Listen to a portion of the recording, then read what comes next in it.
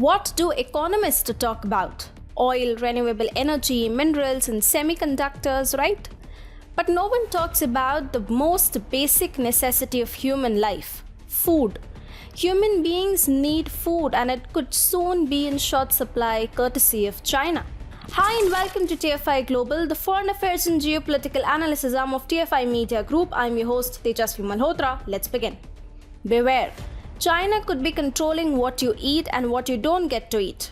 China may start deciding if you even get to eat or not. Yes, China is building a food silk road that will control most of the world's agriculture. And what does it mean? Well, China takes control of global food supply chains. And soon Beijing could start using food as a weapon to punish its enemies. The most important commodity for the human race could therefore run into short supply. China has been traditionally insecure about its food production capabilities. China is home to around 19% of the world's population but has only 10% of the world's arable land. So numbers simply don't add up for Chinese agriculture. And then the Chinese Communist Party has only made matters worse. CCP founder Mao Zedong's Smash Sparrow campaign destroyed whatever was left of Chinese agriculture. However, 2021 was exceptionally bad for China. Last month, Chinese Agriculture Minister Tang Renjian said China faces big difficulties in food production because of the unusual floods last autumn.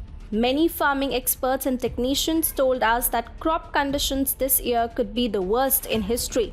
So President Xi Jinping is prioritizing food security and making heavy investments in global agriculture production. You must have read about Xi Jinping-led China's attempts to take over Africa's mines and mineral wealth. China is trying to steal everything from Africa, including cobalt, oil, and copper. However, not many know that China is trying to take over African agriculture as well.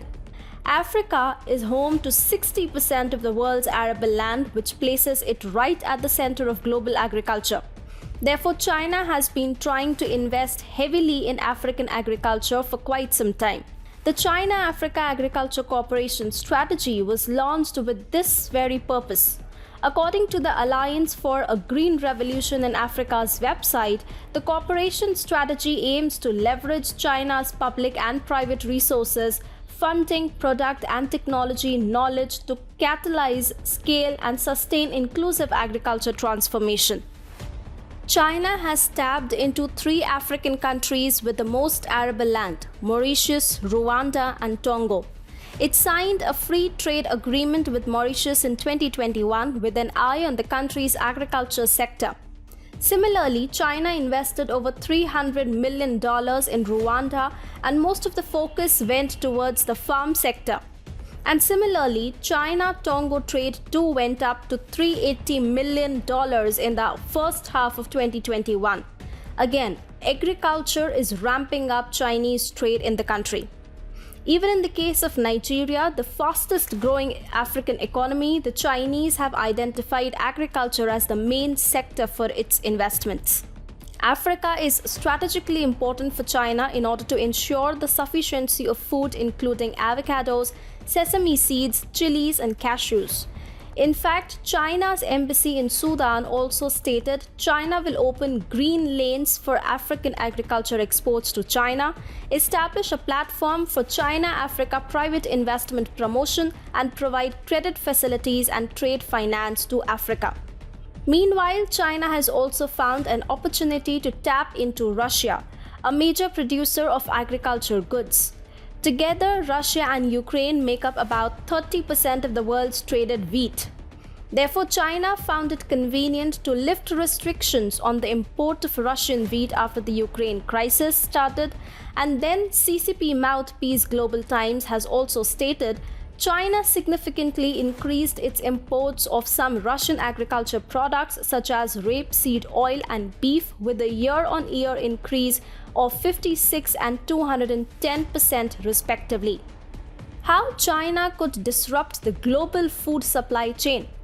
Well, there are 2 factors at play. First, increasing Chinese food imports are likely to create shortages in the food market and inflate prices. Second, China could take control of African agriculture and African land. Therefore, Beijing could start weaponizing its control over food resources. The problem isn't that China is trying to import food. Rather, the real problem is that China is trying to take over agriculture in some of the world's biggest food-producing regions. Imagine a world where China controls most of the world's agriculture production and also imports and hoards a major chunk of the global food production. China's hunger could thus trigger a major food shortage in the world. Self-sufficient countries like India can easily avert such a crisis. However, it is the small import-dependent economies that may have to suffer on account of China's big move to control the global food supply chains.